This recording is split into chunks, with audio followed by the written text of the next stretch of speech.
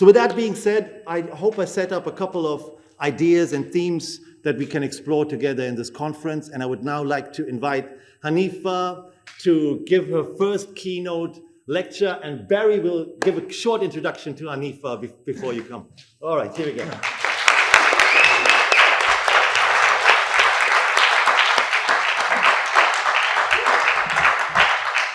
Thank you, Desfo. And yeah, what can I say about our next speaker? One of the pioneers of the UK hip-hop scene. I first saw Hanifa breakdancing on a video called Electro Rock.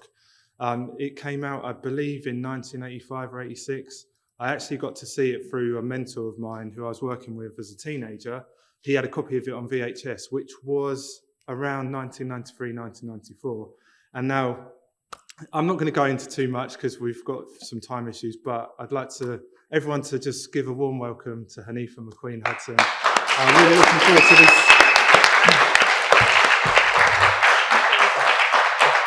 Thank you very much.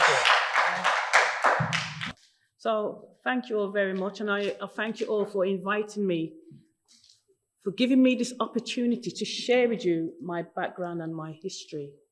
Now, the title of this presentation is called The Birth of 80s Hip Hop from a 12-year-old perspective. So if you think about a 12-year-old and what she was going through at the time, this is early 70s now, okay? And I'm going to share with you my experience and how it felt for me then and how it felt for me now. So I'm doing a transition in both aspects of this young girl at the age of 12. Now, this exhibition, it can be a bit sensitive. Some may feel offended with certain words that's going to be used. But it's got to be used so that you could understand the mind of that 12-year-old when she first came out on the scene in the 70s. Many of you might think it's a bit too much for a 12-year-old, but think about the timeline.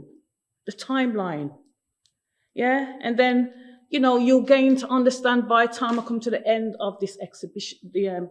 I'm so used to doing exhibition because I'm an artist.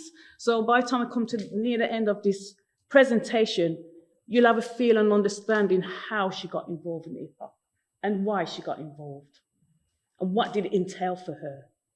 Now, part of the exhibition are talking culturalism, feminism, race, and activism. I'm not an expert on these titles. However, I can share with you the feelings of these words at the time and look at the, as we call it, the protective characteristics of a human being black, sexual orientation, what have you, okay? So to begin, I'm going to start off with the introduction.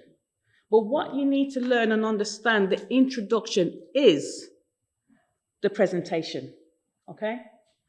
You get to understand as I go along, okay, right. So, firstly, I'm a mother, okay? This is my introduction. I'm a mother. I do not talk too much about my family life or my children, so I'll keep that separate. But however, I'm a mother. I was born and raised in the 70s. This is an important era for me. I witnessed the riots. I witnessed the new legislations, new acts, you know, the Equal Opportunity Acts, and, you know, I witnessed black movements. I witnessed all these, you know, segregation, the discrimination, the sexism. I saw that all growing up in the 70s.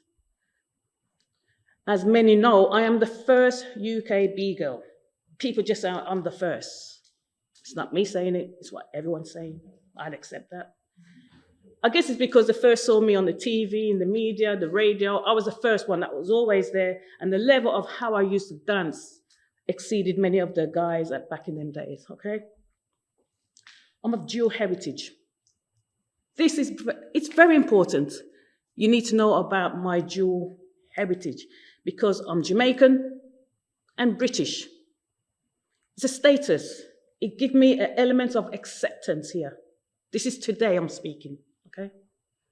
So to be Black British, dual heritage, meant a lot. It means there was a journey before I got here. And what was that journey before I came here? And how did that 12-year-old pave the way for me today to be here? So that's very key. The Wolverhampton B-Boys. I'm the founder of the Wolverhampton B-Boys. Myself, my brother, and my uncles. We put the crew together, and you know one of the famous guys from there, Goldie, we invited him to the crew, so that's my crew. I was the one that created that crew, okay? I was trained as a mental health nurse. Didn't practice. After training and qualifying, I just went off to do other things in hip hop. What is it about hip hop that we have to just, we just need to get feeding? I went on tours, I went around the world, I traveled the UK, and it felt good. This is what I did. As a 12-year-old, the tours, phenomenal, okay? So I trained as a nurse, and I have a Master's Award in Performance. This was granted to me, the Master's Award. Came as a surprise, and it shows that all those years when I was 12 years old, experiencing all the racism, discrimination, sexism, it was worth it. I say it was worth it. It was. I'm a community activist. You see me here speaking in Westminster. I'm a reparationist. I'm all about changes, supporting my community. As you can see here, I'm in the Windrush movement. I'm one of the key speakers of the Windrush movement. So that's me very much today, who I am today. But let's have a look at the 12-year-old. And the way I wanted to put this exhibition together was so you could see a transition and where the transition took place and why it took place. So let's look at the 12-year-old. There's me, 12 years old. Oh, thank you. Yeah. So the 12-year-old girl, what do you do when you're 12-year-old? You're fearless. You do what you want to do. You're argumentative. Adolescence. But how was adolescence for a black girl back in the 70s? Yeah? So at first I said I was a child. Here I'm a child. The first slide, I was a mother. You see what I'm saying? So here I'm a child, minor, going at clubs, dancing, putting my dear mother and father at risk. Can you imagine? Yeah. Again, born in the 70s. So what this 12-year-old has experienced in the 70s, she saw the riots, she saw the fighting, the police arrests, discrimination. I remember walking down the street and just seeing a young black man just getting grabbed and thrown in a black Mariah van. Back then they had black Mariah vans, the police vans. This is what she saw. She saw the black movements uprising and getting up, and the new cultures to help us through this, the Rastafarian movement. We have movements like this, and this is what she witnessed. So the experience again, this is how it was. She's from Jamaican parents. The key point, I'm not dual heritage here. You see the point? I'm not dual heritage. I'm from Jamaican parents. That's how people saw us back in the 70s. That's how it was for me. I'm from Jamaican parents. I'm an immigrant. That was another one. I'm an immigrant. Still no status. I'm not even black British then. I was just an immigrant.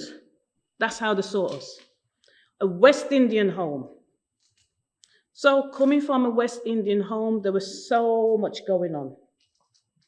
The house was packed. Brothers, sisters, mom, dad, uncles, aunties, cousins. It was packed.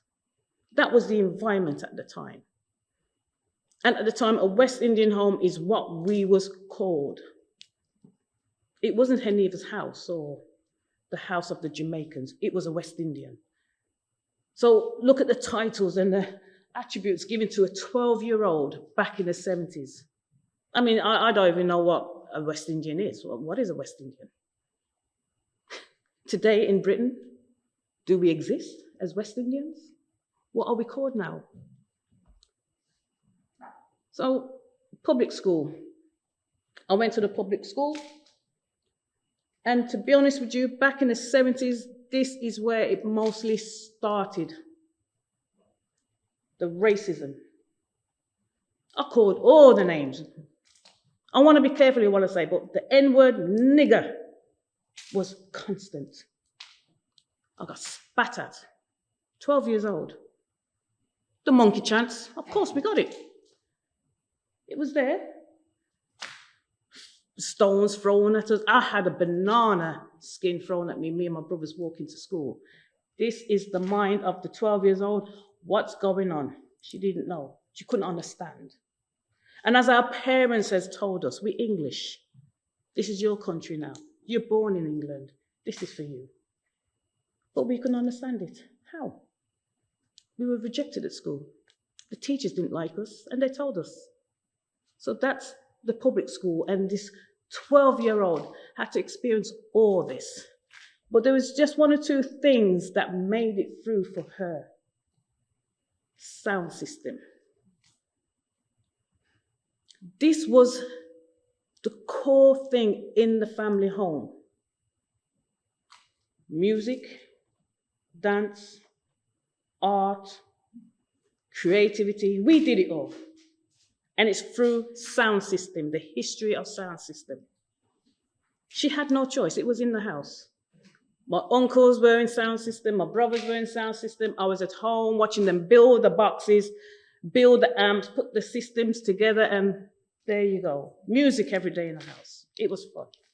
The neighbors came round because the music was so loud, everybody just had to come round and be involved. Okay. So here I am at 12 years old, experiencing all that. And the thing is here, I'm trying to show you now, Hanifa today, if you look at myself here today, who I was, where I am, the status I have today, why has it changed from that 12 years old? A 12 years old can still have a status, but back then I didn't. So let's look at all these titles quickly of how it was for me. I was a child, an immigrant, West Indian, Jamaican parents, music bands. That's how it was for me. And there was nothing more to it. That's how it was. I didn't have a choice in this. I was a child. I was raised in a society that rejected me, and I was groomed in the society that rejected me. So how did it come to be that I got involved in hip hop, and why? One of the key things that did it for me, anybody can guess, I'm not going to be asking questions, but one of the key things that did it for me, that groomed it, that made me somebody was culture. The culture I was raised in. The Jamaican culture. What was it about? About music, dance. Again, music, dance, that's how it was. It was inevitable. We couldn't get away from it. First thing in the morning, I hear music playing from my mother's bedroom, or my grandmother's bedroom, or my brother's, or it was music orientated. It was like a ritual. And I'm saying ritual with all honesty because in the morning when I woke up, the first thing I did was put the music on. Dance. Getting ready for school, we dance, we messed about, we dance. This is how it was. It was like a ritual. The music and dance, like I said, this is all it is. It was key in the family. And why it was key? Because it relieved us from the oppression from outside the house. We knew what we was going into. The minute we stepped outside those doors, as a 12-year-old, the minute I stepped out those doors, I knew what was coming. On my way to school, I knew what was coming in those classrooms. So the music was the key thing that we needed to elevate the stress and what have you. It was there for us. Family orientated. The culture of Jamaica, we are so family orientated, we can't get away from it. My household, we had about 13, 14, 15 people in the household, sharing bedrooms, some sleeping downstairs. It's just how it is. The 70s was a key era for music, dance, and just having that political mindset just to help us through the oppressed system. But for the 12-year-old, let's have a look at the key thing that did it for her. And the key thing that did it for her was sound system. Sound system is key. It is the element. It is what we needed and what we had that would help us through the society at the time. And when I played this video, it wasn't the actual video I wanted at first, but I was having problems uploading a video from my phone that I edited and I cut it up short and what have you. But in this video, it gives you the element of how hip hop came to be and why it's here. And we could look at celebrities such as Busta Rhymes from the Jamaican background, Mantronics, Jamaican, Missy Elliott, Jamaica. You know, we could look at all these artists and see why it happened for them. I mean, we could talk about DJ Kool Herc and why he brought it to the Bronx. So I'm gonna try and play this video, and I'm not gonna actually so many questions about this video, but you need to see the key elements in this video and to understand why the birth of hip hop happened through sound system. This is key. Let me try and play. Hopefully it will play. Way from helicopter.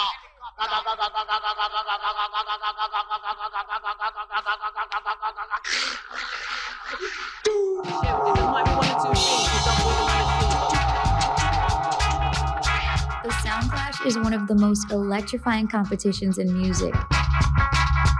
In a sound clash, DJ crews known as sound systems pit their skills against each other, fighting for the crowd's love and a place in history. Originating in the streets of Kingston, Jamaica in the late 1950s, sound system and clash culture predates dancehall, reggae, and ska. It started with sound systems pulling up on the street, equipped with an assembly of huge speakers, turntables, and mics. Their ultimate goal? Outblast the neighborhood's other sound system. Crowds judged a sound system by music played, how the physical sound system looked, and how loud the music got. They approved with a forward. A forward can be anything from throwing a gun finger in the air, whistling, banging on walls, or clapping. It can even go as far as lighting things on fire, which in the context of sound clashes is a good thing. The first reported clash was between two prominent names in sound system history. Tom the Great Sebastian, created by Tom Wong, whom many credit as a forefather of the scene, and Count Nick in 1952. Ex-policeman Arthur Duke Reed is another icon. He ran one of the most popular sound systems of the 1950s, called Duke Reed's The Trojan, and was infamous for firing a pair of revolvers, riling up the already aggressive crowd even more. Duke is on now. Everybody pack up and go home, for Duke is on now. In the 1980s, audience members themselves would show appreciation for a good performance by firing guns into the air. The gunfire was later replaced by lighters and glowing cell phones, but fans may still make hand gestures and sounds to replicate approving gunfire. The central figure of a sound system is the selector, who's responsible for picking which records to play. Selectors were so revered for their choices, they became celebs in their own right. Ainsley Gray was one of the best-known selectors of the 1980s, leading sound systems like Kilimanjaro and Stereo Mars to victory. Now, it wouldn't be a sound clash if competitive systems didn't go at each other's credibility. No, Trevor ranks, or should I say Trevor sucks? So, of course, sound systems brought on the insults to gain crowd favor. And the ugly fucker, you know the ugly fucker, see that? The original goat, man, I met the goat, man. Slang terms like drum pan or drum pan sound were most commonly used in a derogatory manner. Exclusive tracks or remixes known as dub plates were introduced into clashes by the 1980s as well, popularized by sound systems Bass Odyssey and Kilimanjaro.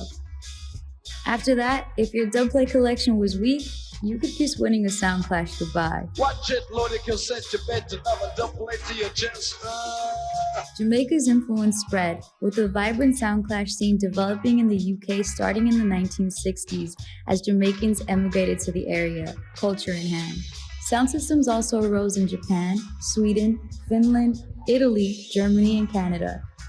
And in the early 1970s, the architect of New York hip-hop, DJ Kool Herc, was so influenced by the sound clash culture of his native Jamaica that he brought sound systems to his parties in the Bronx. In 2010, Red Bull Music Academy launched Culture Clash, a modern spin on sound clashes. Since then, artists like Major Lazer, Disclosure, Just Blaze, and A$AP Mob have played clashes all around the world. Today, the sound clash's spirit of competition and its innovative dubplate techniques have influenced many genres of music, from hip-hop to EDM. What started off in the streets of Jamaica has touched music fans across the globe. So that was the element of what brought hip-hop to the UK, sound system. And if you watch that video over and over again, you begin to see the elements of hip-hop.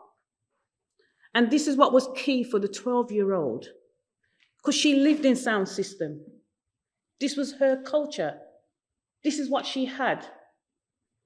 And these elements of hip-hop wasn't alien to her at the time, because in the house she had the turntables, what the uncles had, she had the art, she had the graffiti, with the paints, not so much the canned graffiti, but the artwork was there from Jamaica and how it was used to paint the speaker boxes. You saw the guy standing by his mobile sound system.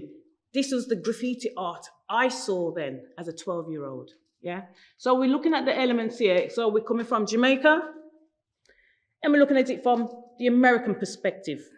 Let's say hip-hop American, for argument's sake. So we had the toasting when you saw the MCing. This is what we did. Back in the 70s, we called it toasting. We had a selector with one turntable, yeah? Then we had the art. So we had to paint the sound system, paint the speaker boxes, paint everything we had, yeah? And then the clash. The clash was very important here. The clash was basically the competitive side, as you saw. It aroused the crowd. We had to be part of this. It was something fun, ecstatic. We had to do this. So let's look at this in terms of hip-hop, the American culture, okay? Oh, sorry, I forgot the dance, and the dance. Jamaica, we had all kinds of dances back then, from the ska, we had Dinky Meanie, we had all kinds of dances, but the dance was very key. So the toasting in hip-hop was rapping. So for the 12-year-old, was it any different? Was there anything that was alien to her? No. The turntables. Back then, one turntables in the 70s, came back in the 80s. And you notice that when I say the 70s and the 80s, it's only about 10, 12 years. So you could see the time frame. Then it was two turntables. The art and painting on the sound system, graffiti art. So this is how she could relate. Clash, we have battles, b-boy battles, popping battles, rap, everything. It's all there. And for the dance, it was rocking, or b-boying, breakdancing as the media calls it. So if you look at the similarities here in the culture to the 12-year-old, you can see this culture is almost inevitable for the 12-year-old. But how did it get into her home? How did she embrace it? What was the time frame like? Who introduced her to it? She was only 12. What was she doing out in the clubs at these times? Well, it wasn't clubs. It was blues. We called it blues back then. Yeah? Her brothers. 8 brothers. Got uncles. Oh gosh, there are too many of them. But they were the one that brought me to this culture. And there's me in the white alongside them at one of our first performances. I was 13 years old then. And this culture now, I share with you, reflecting back, it was a culture that gave me back my identity.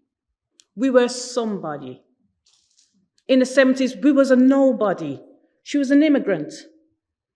In the 70s, she was of Jamaican parents, as they called us. West Indian. What other titles could I get? I've been called all the names. Don't want to go into that. But hip hop gave her the identity. Now she has a status. She would go out and perform with her brothers. Now people liked how she, defined herself as a human being, as a female, because it was tough.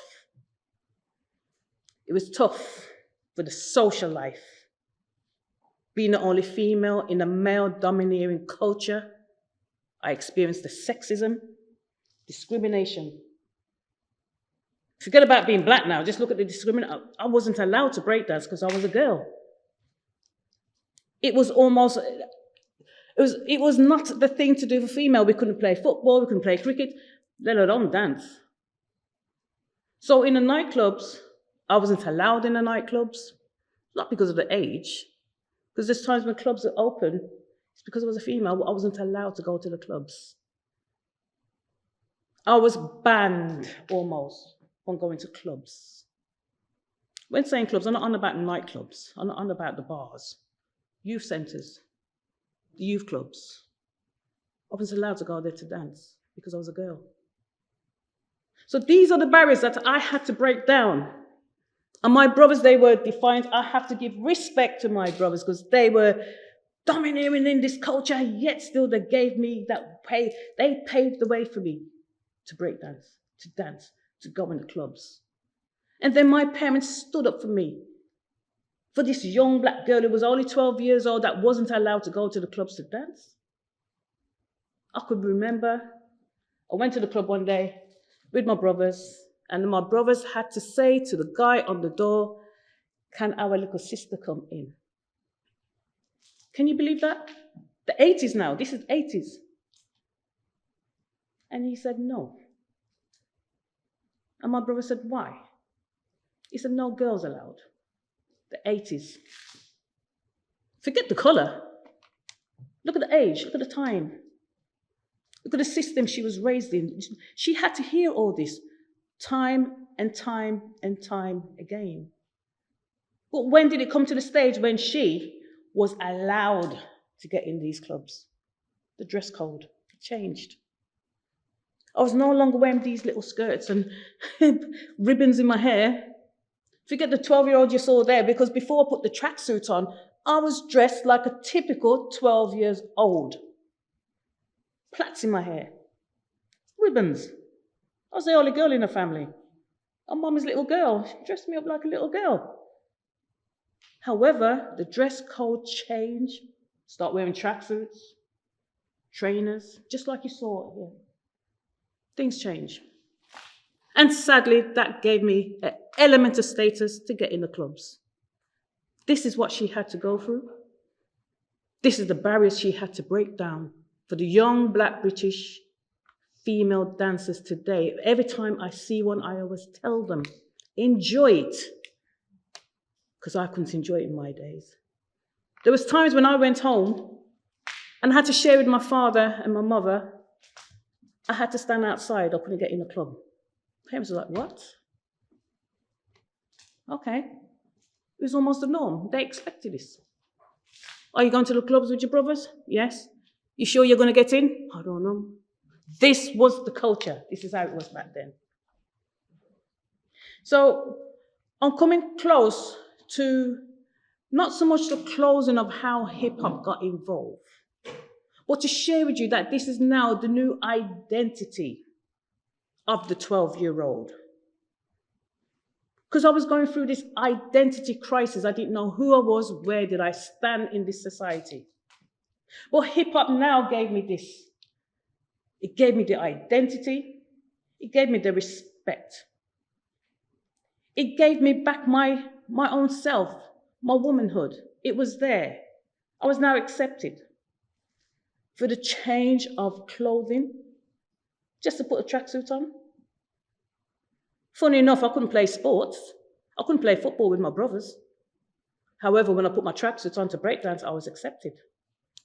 So now this is me in hip hop. Early 80s. Male domineering culture. Yes, it was. And it was hard. Because not only did I have problems to get in the clubs, once I got into the clubs, I wasn't allowed to break dance. Believe it or not, I was not allowed to do it. If it wasn't for my brothers, I don't think I'll be here now. I would have gave up. And one of the reasons why I wasn't allowed to break dance, because girls can't dance. I'm not just saying it, I was told that. Who are they to say who can break dance and who can't back then? I was only 12 years old, 13 years old. So when it comes to my history of this little girl breakdancing, the environment was very hostile, sexist. I was told many a times I'm not allowed to break dance. She can't break dance, she's a girl. My brothers was like, yo, what are you talking about? She can't break dance. Leave our sister alone. This is what we had to go through. And this is now hip hop. From the sound system, I was welcomed. There was no issues in sound system. Comes the hip hop era, there was a big problem. And who are people to say? Because hip hop only just came to the UK. Who are they to say? The culture was very anti-women. I'm being real here. It ain't no pretend. It was anti-women. There was times when you have the mic in your hands. I've seen females having the mic and guys taking the mic from her. You know, she's not allowed to do it. Female DJing wasn't allowed. Yet still, in the UK, there were promoters who supported women's rights, supported women, who gave women that respect and dignity back to them and gave them that element of being that rightful individual, giving them that human right. That's how it was for me. That's how it was for that 12-year-old. So that's the birth of hip hop. Through experiencing the life of Jamaican culture, understanding the music, the art culture, the political side. Sound system gave it everything it needed. And she embraced that as a 12-year-old. Embraced it with all the discrimination, all this sexism, and it was real. All this derogative term for women. I had to listen to all that as a child. Bitches. This is what I listened to as a 12-year-old. It was tough. I made it through. And to be honest with you, I'll do it again. Because I know hip hop has changed lives for many young girls today. And if only they understood the issues I embarked. It wasn't for just one day, it was years. Because from 1982 to 86, look how many years I've experienced the oppressed system in hip hop. It's changed today. It's quite diverse now. We have people here today who would never understand my background and how it was for me growing up.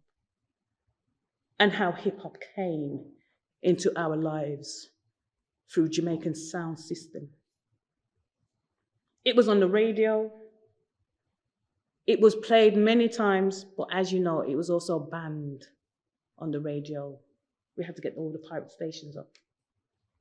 So just a little brief and to look back at where I started as a 12-year-old, an immigrant. A 12-year-old immigrant, that's how it started. Just want to enjoy life and be accepted in society. She wanted to feel that love and respect from the society. And it was the birth of hip hop that gave her that. And since doing that, I've journeyed on to be on the BBC. I had numerous of TV shows and media covers. And what did this do? Gave me more status. It made me who I am today.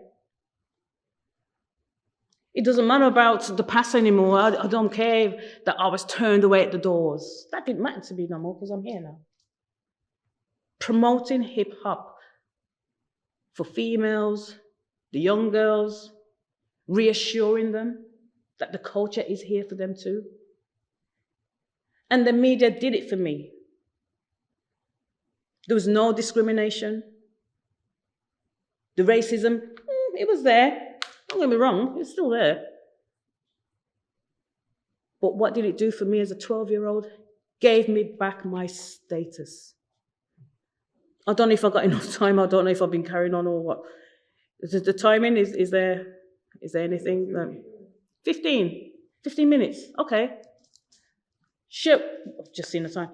Shall we use this 15 to have a reflection, and if there's any questions, we can do this. Because really, I wanted to dialogue about the birth of hip hop when it came to the UK through sound system.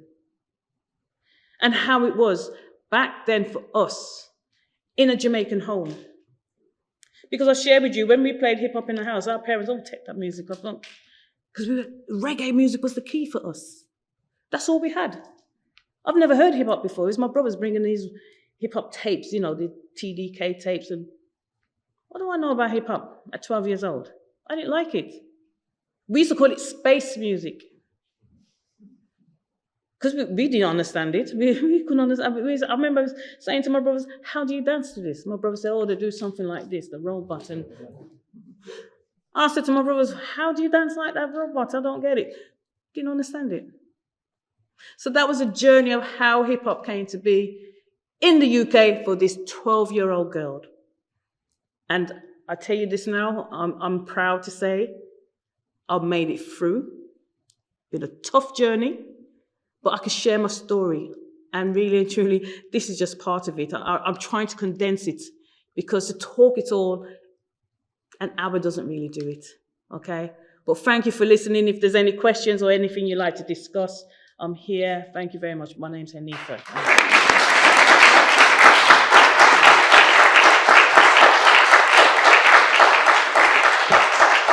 Ladies and gentlemen, Hanifa McQueen-Hudson, what a fantastic talk.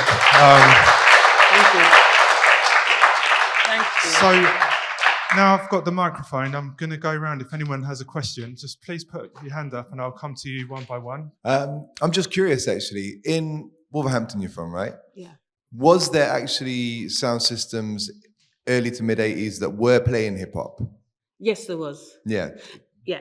Right, and to share that with you, that's one of the reasons why I left it out, because I needed it to be discussed. So back then, the only way we could get music played or anything played was through sound system. And it had to be played in our homes. So back then, our brothers and uncles were part of sound system. So in the homes, they would play the music for us. I mean, for me, I didn't play it. I just heard it in the house. So yes, it was played, and many times at blues, they would put it on in blues. But the blues, I don't know if you understand blues. Blues were the parties. We used to have weekends, and we all had blues. But the thing is, at the end of the blues, that's when they used to play the hip-hop music for us. And majority of the times, they didn't want to hear it. Because there wasn't a message in there for us. We couldn't understand it. Rock to the planet rock. What did that mean? We couldn't understand it. Put on a Bob Marley, there was lyrics, one love, one love. We could understand, we could relate to that. Put on Peter Tosh, we could relate to his music, the lyrics. Burning Spear, we could relate to the lyrics in reggae music. We understood the lyrics because it spoke about oppression and how we can relieve ourselves from this oppression. Hip-hop music didn't do that for us. So we couldn't understand. We can understand, as the DJs, they wouldn't play it. They didn't want to play it in sound system.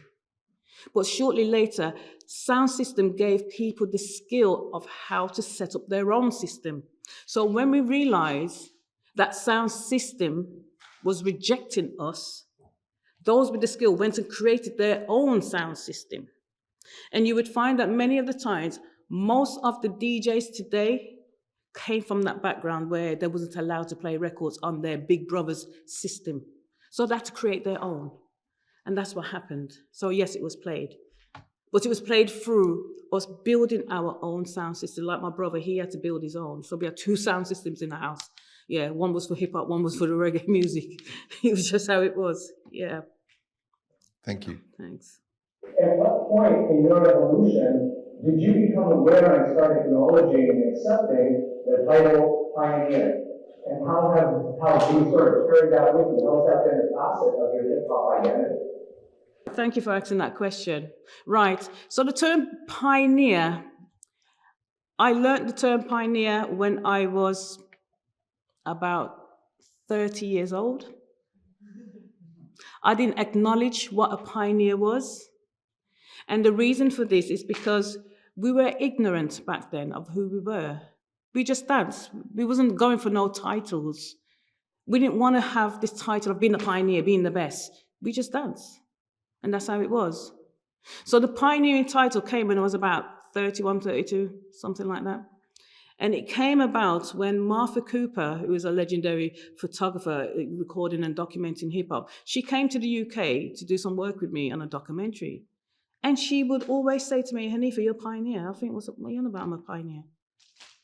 For me, pioneers were our Black historians, the freedom fighters, the curators that paved the way for us. That was a pioneer. So I've never acknowledged myself as a pioneer. I couldn't understand that term. As far as I'm concerned, I was just a girl breakdancing just for the fun of it. So it was when I was around in my 30s where I learned the term pioneer. And today, it's made me realize, to answer the second part of your question, it's made me realize how much have I had to endure to make hip-hop today. It is what it is for the females and the males too, but I'm targeting the females because it was tough for us. So today, I like to share this pioneering story that I never accepted and didn't know of. Even today, when I talk to my brothers, they say, "You pioneer." My brothers say to me, "You pioneer? Sis, where are you going?" Because we didn't accept it. We didn't understand the term pioneer because it wasn't for us. The pioneers were the freedom fighters. The first blacks the first who flew the plane, the first black man who, climbed the Mount Everest, the first black. These were pioneers to us, not me. So thank you for that question, because you've really enlightened me again to remind myself about my background and who I am today as a pioneer in Black British b-boying or b-girling, as it was called. Thank you very much. Quick question, did that Martha Cooper documentary come out? It came out, it's online. It's called Redder Than Red, the story of B-Girl Bubbles. Yeah, it's online. I think the trailer's online, but it is out. Growing up at the same time, but in Birmingham, I remember as a youngster, there was a big dichotomy between those the reggae heads who were a bit older than us, and us, the youngins, and there was kind of like a separation between American sellout white culture, which was cool, which was like the soul R&B, like they used to call us little monkeys. You listen to that music. So then when hip hop come, I remember me and my friends listening to it, and I'm thinking, I love this because this is like same toasting, but with a American, and they were like, "This is disgusting what they do." So I just remember we used to go breakdancing in the youth club, and the older heads would just say, "Come out with your mats," and so it was just a bit of. It was.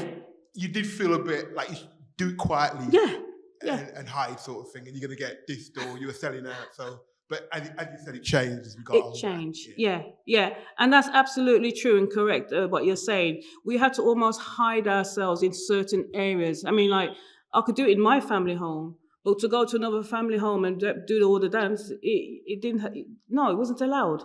You don't do that. And in our culture, we're so family orientated. We have to respect our elders.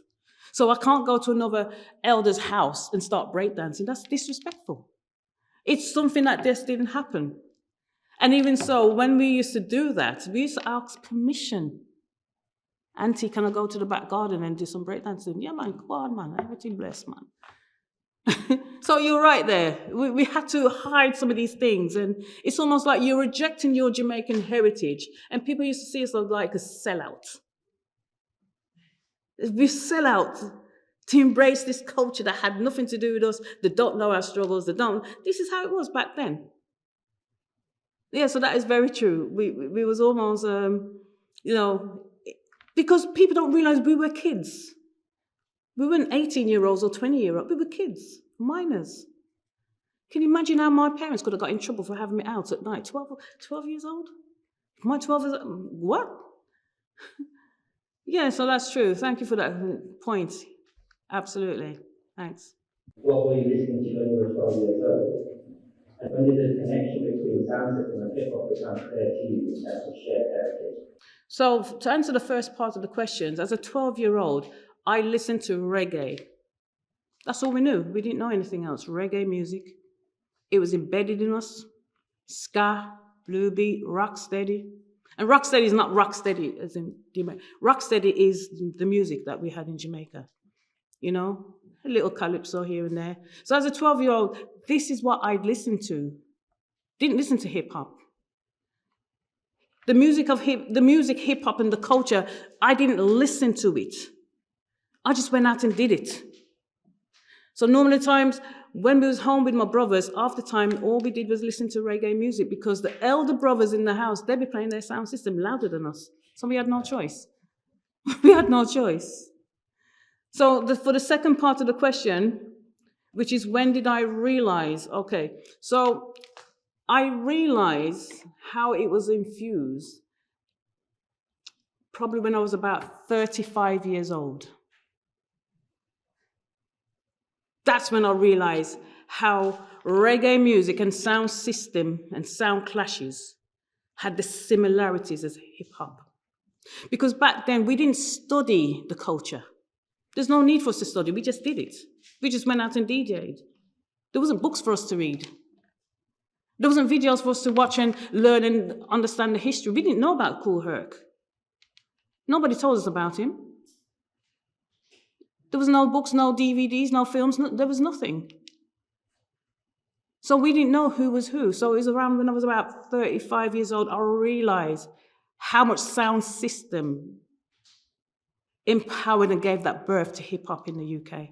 I'm also a B-Girl from 83 in Seattle. I was just wondering, did you ever see any other B-Girls in your dancing? I didn't see any females doing breakdancing. I saw the body poppers. I saw one or two of them do a back bridge or do a handstand. But that didn't really constitute what breakdancing was. So yes, there were girls around doing a dance. However, they didn't do the whole essence of b-boying. They didn't do the foundation, the backspin, the freeze. Later on, coming close to the late 80s, early 90s, that's when I started to see more B-girls. And I only started to see them because people were telling me, Hanifa, I haven't seen what the B-girls are doing today. I said, what they're doing? And then I'll be showing videos on media, thanks to the media. This is what happened, social media. So yes, there were B-girls around. I didn't see them at the time when I was doing it in the early 80s. Come to the late 80s, early 90s, that's when I started to see the B-girls coming out. Yeah, so it was more late 80s, early 90s. But by then, I had left the scene. So I didn't see what was going on. I didn't see the birth of all this new generation of B-girls. I didn't know where they come from, but I saw it on social media. So yes, there was around, but only till the late 80s. I think it was actually early 90s when I started to see the new B-girls, the new generation. And you're talking maybe 1995, 96. Yeah, thanks for the question. You felt the ageism at 12 as a 12-year-old girl. How do you feel it now? Do you think it is still part of hip-hop culture? Yeah, good question, because I am still part of the culture now. Like I said, I'm now accepting this term pioneer. I now do the B-boy art, which is like breakdance art. So if you go into online, you probably put art break or breakdance art. You probably see some of my images. So yes, I still do it. I'm still involved. I'm not as active as I should be because age, I'm in my 50s now. So you don't really, have that time, family commitments, work commitments. But yes, I am still active. I prefer to do lectures and talk and share my history than to do the actual dance itself. So yes, I am still, I hope that's answered the question. I am still active, yeah. At the time, the Rocksteady crew, do you think it helped that there was a girl in the crew at that time? Do you think that did that have any help or was it even noticed? Okay. Because this came to my mind that there was one girl in the crew. And for most of us, introduced to breaking, it would have been the Rocksteady crew, because we would have left you in the Bronx. Right, thank you, yeah. So the Rocksteady crew had a female member at the time, and I was in the crew with the B-Boys. So back then, I didn't really see her breakdancing. I didn't see her dance in her videos. I didn't see the B-Boy in the videos.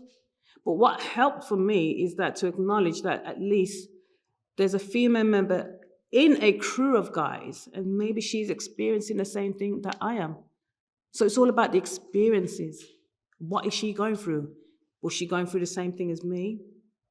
Is it hard for her? Because you go out with a group of guys and all they're doing is looking at women. And there's me, a 12-year-old, thinking, oh gosh, here we go again. So that was the key thing that I was thinking. Is she experiencing the same thing? It wasn't so much about the dance. Because I was already influenced by my brothers. They did it for me. I was already dancing. I was already at that stage where I was doing competition. I was on TV. So what did it for me when seeing another female in a crew was, is she going through the same experiences? Sexism, discrimination, the racism, because she of Latino heritage.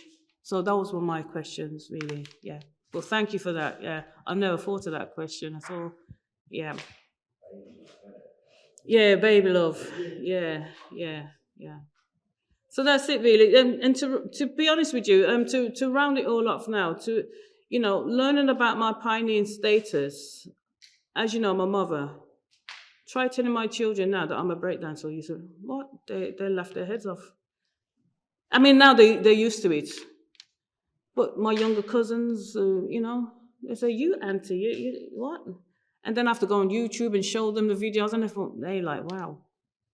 So when it comes to archiving, I could see the purpose and the reason why we need to do this. Because we have a generation that just don't know and don't understand how we got here.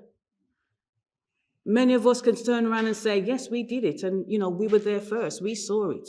We saw how it was with Sound System when Sound System refused to play a hip-hop track, and they thought, we're not playing that here. Don't need it. So, yeah, that's it for me. The dearest B-Girl, the 12-year-old, I'm still here, still battling on, and yeah, thank you.